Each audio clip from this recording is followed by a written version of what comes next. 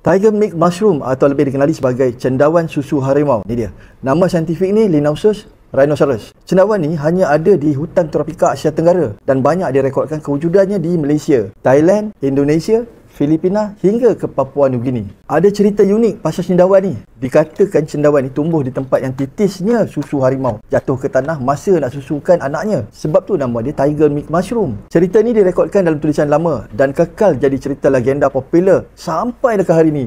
Rekod lamanya muncul seawal tahun 1664 dan pada abad ke-19 pakar botani Malaya pun mula merekodkan penggunaannya. Dulu susah nak dapat sebab sangat rare, tapi sejak sekitar 2008 penyelidik tempatan berjaya tanam secara moden, maksudnya berskala besar lah.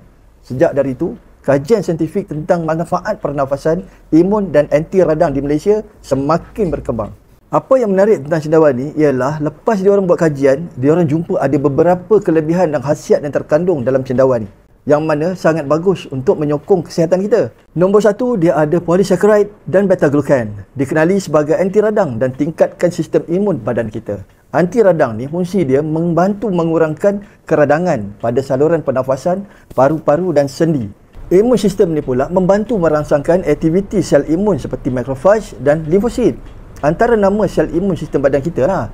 Radang ni ibarat dia macam api kecil yang menyala dalam badan kita. Kadang-kadang kita tak nampak, tapi dia membakar perlahan-lahan dari dalam. Tiger milk mushroom ni pula ibarat air sejuk yang padamkan api tu, bagi rasa lega dan tenang pada sistem badan kita. Nombor 2, dia ada juga phenolic acid, flavonoid, terpenoid. Benda ni juga adalah antioksidan untuk badan kita.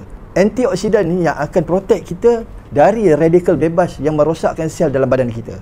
Benda ni juga yang akan melambatkan proses penuaan dan keletihan sel. Radikal bebas ni macam karat yang rosakkan besi. Antioksidan dalam Tiger milk mushroom ni bertindak macam cat pelindung, cegah karat dan jaga badan kita supaya tak cepat berkarat. Nombor 3, dia ada juga bronchodilatory dan mucolytic properties. Yang ini pula untuk menyokong sistem pernafasan. Dia bantu untuk melonggarkan kahak dan lendir dalam paru-paru, membuatkan saluran pernafasan lega, udara makin lancar. Okey, bayangkan paru-paru kita macam paip air. Bila banyak lendir dia tersumbat, udara susah nak lalu. Tiger milk mushroom ni macam pump penyedup paip. Dia tolong clearkan saluran yang tersumbat tu untuk aliran udara lebih mudah dan kita boleh bernafas lega. Nombor 4, dia terkandung juga dengan antimicrobial terpenoids dan polysaccharides. Yang ini untuk antibakteria dan antiviral.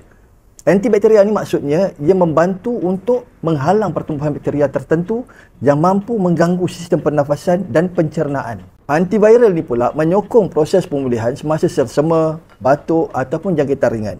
Ibaratnya kalau badan kita ni taman, bakteria jahat tu ibarat rumput liar. Cendawan ni pula ibarat tukang kebun yang cabut rumput liar supaya taman kekal bersih dan sihat. Dan last sekali, nombor 5, dia terkandung juga sel protektif dan healing support. Dia membantu sel-sel badan pulih lebih cepat selepas stres, jangkitan ataupun keradangan. Dia juga lindungi organ dalaman seperti paru-paru dan hati daripada rosak akibat toksin. Contohnya, bayangkan badan kita ni macam rumah yang lama. Bila ada bahagian dinding retak, Tiger milk mushroom ni macam tukang repair. Dia tolong tampal, kuatkan balik dan pastikan rumah kita ni kukuh semula. Okey, Tiger milk mushroom ni bukan sekadar cendawan hutan. Dalam satu ubi kecil ni ada bahan aktif macam anti radang, antioksidan dan imun booster semula jadi. Dia padamkan api dalam badan, kuatkan askar imun dan bersihkan paru-paru, semuanya secara semula jadi.